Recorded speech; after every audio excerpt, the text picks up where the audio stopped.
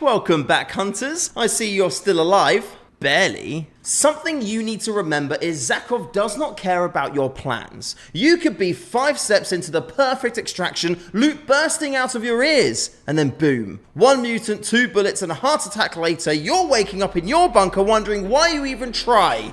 But hey, at least you look good dying, right?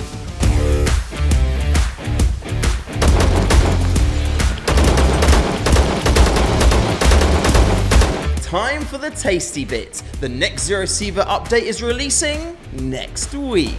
That's right, it's almost here. Mark your calendars, sharpen your knives, and get your inventories cleared and ready for a fresh batch of scavenged loot. We'll be dropping a full breakdown with patch notes when it lands, but for now, here's what we can tell you. Official modding tools and Steam Workshop are launching next week. We've spoken about this a lot because it's something we're really excited about. The devs have put countless hours into crafting an amazing system for you to take ZERO Sievert that one step further and get really creative with it. But what does that mean for you, the hunter? Well, new mods open up new possibilities in the game, like new quests, weapons, NPCs, factions, and much, much more. So if you've been itching for new content or have an exciting idea that you'd like to bring to Zakov, keep an eye on our socials where we'll be posting more info on the update when it lands next week.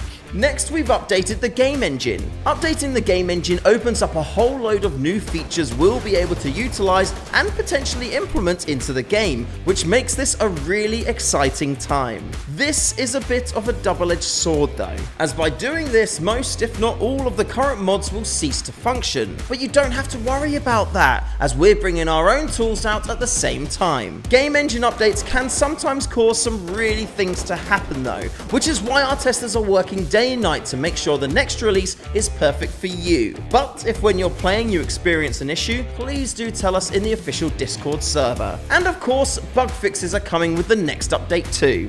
We'll be squashing even more bugs in the next release. As a side note, ZERO Sievert is the least bug-filled game that I've ever had the pleasure to work on, which is a real credit to the developers and testing team. And because of the game engine update, we're able now to fix even more issues which have plagued some of you out there. We've covered some of these in our video last week, so go check out that video for more details on those. So get ready, updates are coming, new fixes, new features, and more reasons to scream, "What just killed me?" into the post-apocalyptic wasteland. Next up is a section we're calling Dev Top Tips, or How Not to Die Instantly. This is where the almighty developers pass down forbidden knowledge to help you not suck at the game. Some you may know, and others even I was surprised, but one thing is for sure, all of them will help you survive, so let's take a look. First up is the extraction pile trick. If you want to get loads of stuff out of the wildlands of Zakov, leave items at your extraction point and then dive back into the map for more loot. As long as you don't get bored to death on the way back, hey, it's basically free real estate. Just don't cry to us if Armin's wandering around and decides to make you dead for a laugh. Honestly, it is so painful.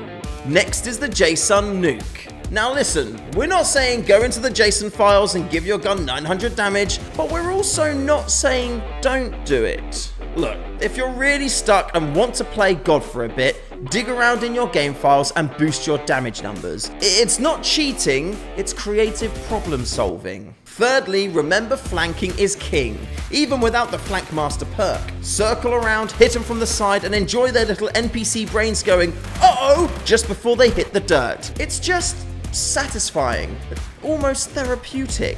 Let me know in the comments which of these tips you knew about and which ones were a pleasant surprise. And if you want more dev top tips, let me know too. I'm sure they'd be more than happy to oblige. Last week, the most reported issues were crafting, gameplay, and user interface. For crafting, we get it. It can be frustrating trying to find the last pair of bolt cutters for your tier 3 storage module, but if it was easy, it wouldn't be worth doing, apart from the fact that you get a ton more extra storage. Oftentimes focusing instead on missions and have finding items as a side quest can make this process much smoother. Alternatively, you can ask your fellow hunters in the official Discord for ideas on the best places to look for what you need. For gameplay, please tell us what specifically you'd like to see improved or added. We need actionable feedback when we get told this, as otherwise we don't know what to fix. So please, if you think something can be improved, please tell us what so we can address it. And for user interface, we're starting work on improving improving the UI experience for controller users once the next update is live. And I expect some of these changes to also positively impact those using keyboard and mouse. If there is anything in particular in the UI you would like to see improved, let us know in the comments below so we can review. Alright hunters, that's your fix for this week. Don't forget to subscribe so you don't miss next week's update video, and an extra video too giving you a full rundown on the update. You lucky little hunters. Now, if you'll excuse me, I've got a pile of loot to stash before the update drops. So, as always, take what you can, give nothing back.